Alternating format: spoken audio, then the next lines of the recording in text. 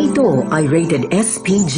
Striktong patnubay at gabay ng magulang ang kailangan. Maaaring may masiselang tema, lengguwahe, karahasan, sexual, horror o droga na hindi angkop sa mga bata.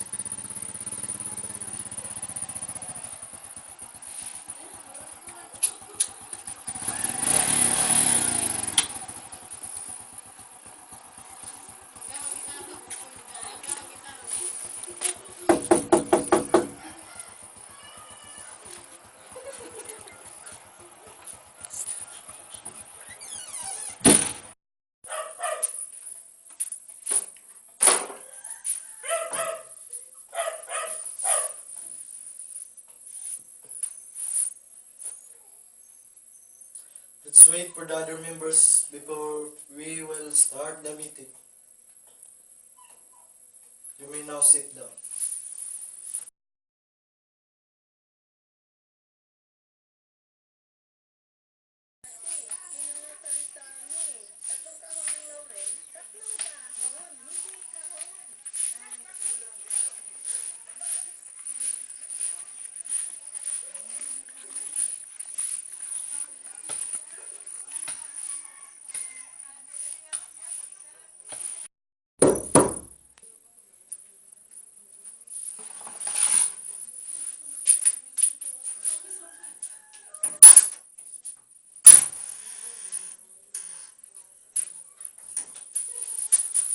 You're not going to worry.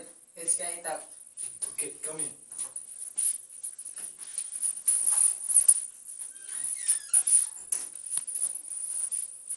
You may now sit down.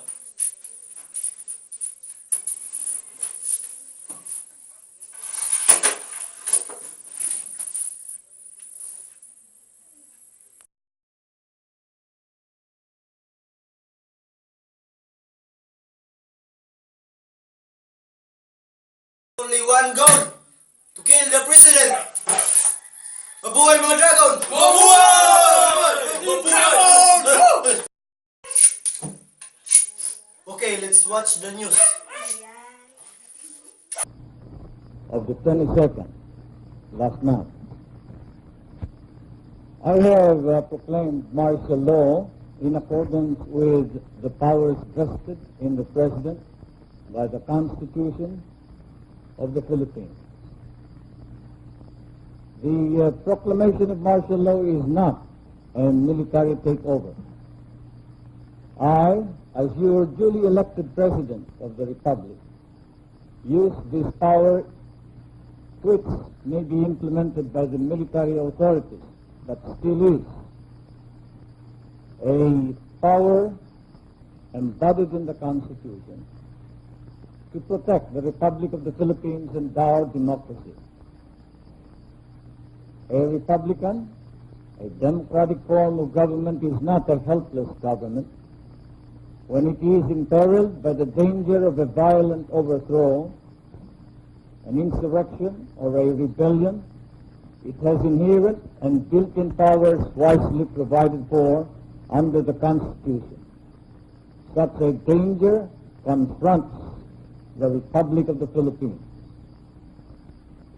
Article 7, Section 10, Paragraph 2 of the Constitution provides, and I quote, "The President shall be Commander-in-Chief of all the armed forces of the Philippines and whenever it becomes necessary, he may call out such armed forces to prevent or suppress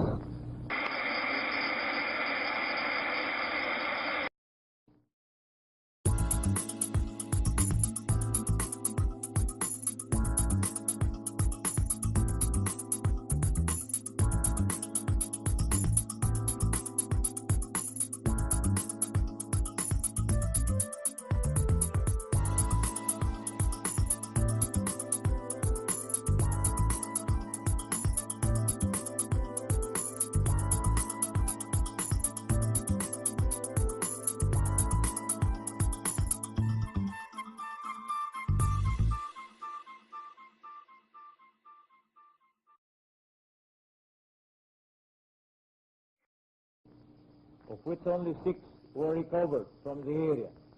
This rocket can pierce steel 18 inches thick and the bricks reinforced concrete of 36 inches thickness, as well as 4 sandbags put together. Also captured by our government troops in this Palanan landing were 2 Browning automatic rifles, which were originally looted by defector Victor Corpus from the arsenal of the Philippine Military Academy. 5 Garand or M1 rifles, 1 telephone switchboard, 7 telephone sets, some magazines for rifles, and many revealing subversive documents. This landing of military armaments and equipment in Palanan, Isabela, indicated, 1, that the claim of the New People's Army that they are well funded, plenty of money, has basis in fact. 2, that they now have sources of funds and equipment not only from inside the Philippines but also from outside our country. 3, that the Communist Party and the New People's Army are capable of landing armaments, military equipment, and even personnel in the many points unguarded in the long sea coast of the Philippines, which sea coast is twice that of the United States. The defense establishment has admitted that there have been attempts to infiltrate the military organizations as well as the office of the Secretary of National Defense. There have been various incidents and attempts to sabotage not only the operations of the armed forces of the Philippines but the operations of the national government. It has been reported that the communication system of the Philippine Constabulary is being utilized by the subversives. The subversives have organized urban partisans in the greater Manila area, and they have been and still are very active. They have succeeded in some of their objectives. The violent disorder in Mindanao and Sulu has to date resulted in the killing of over 1,000 civilians and about 2,000 armed Muslims and Christians, not to mention the more than 500,000 of injured, displaced, and homeless persons, as well as the great number of casualties among our government troops. At the same time, the economy of Mindanao and Sulu is almost completely paralyzed. I assure you that I am utilizing this power for the proclamation of martial law vested in me by the Constitution for one purpose alone, and that is to save the Republic and reform our society. I wish to emphasize these 2 objectives. We will eliminate the threat of a violent overthrow of our Republic, but at the same time, we must now reform the social, the economic, and political institutions in our country. The plans, the orders for reform and removal of the iniquities of that society, the cleanup of government, of its corrupt and sterile elements, the liquidation of the criminal syndicates, the systematic development of our economy, the general program for a new and better Philippines will be explained to you. But we must start out with the elimination of anarchy and the maintenance of peace and order.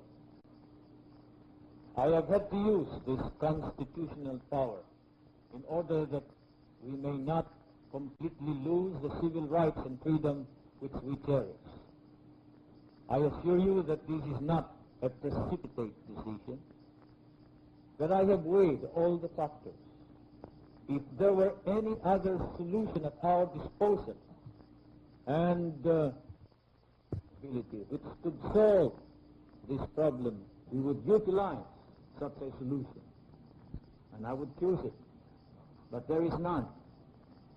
I've used the other two alternatives of first calling out the troops to quell the rebellion, and I have suspended the privilege of the writ of habeas corpus.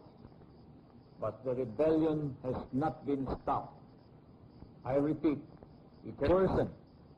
Thus it was discovered that when the suspension of the privilege of the writ of habeas corpus was lifted in January 11, 1972, the organization of the Communist Party had expanded their area of operations as well as increased their membership.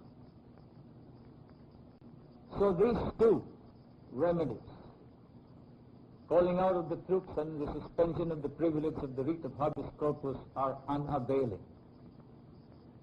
You are all witnesses to this.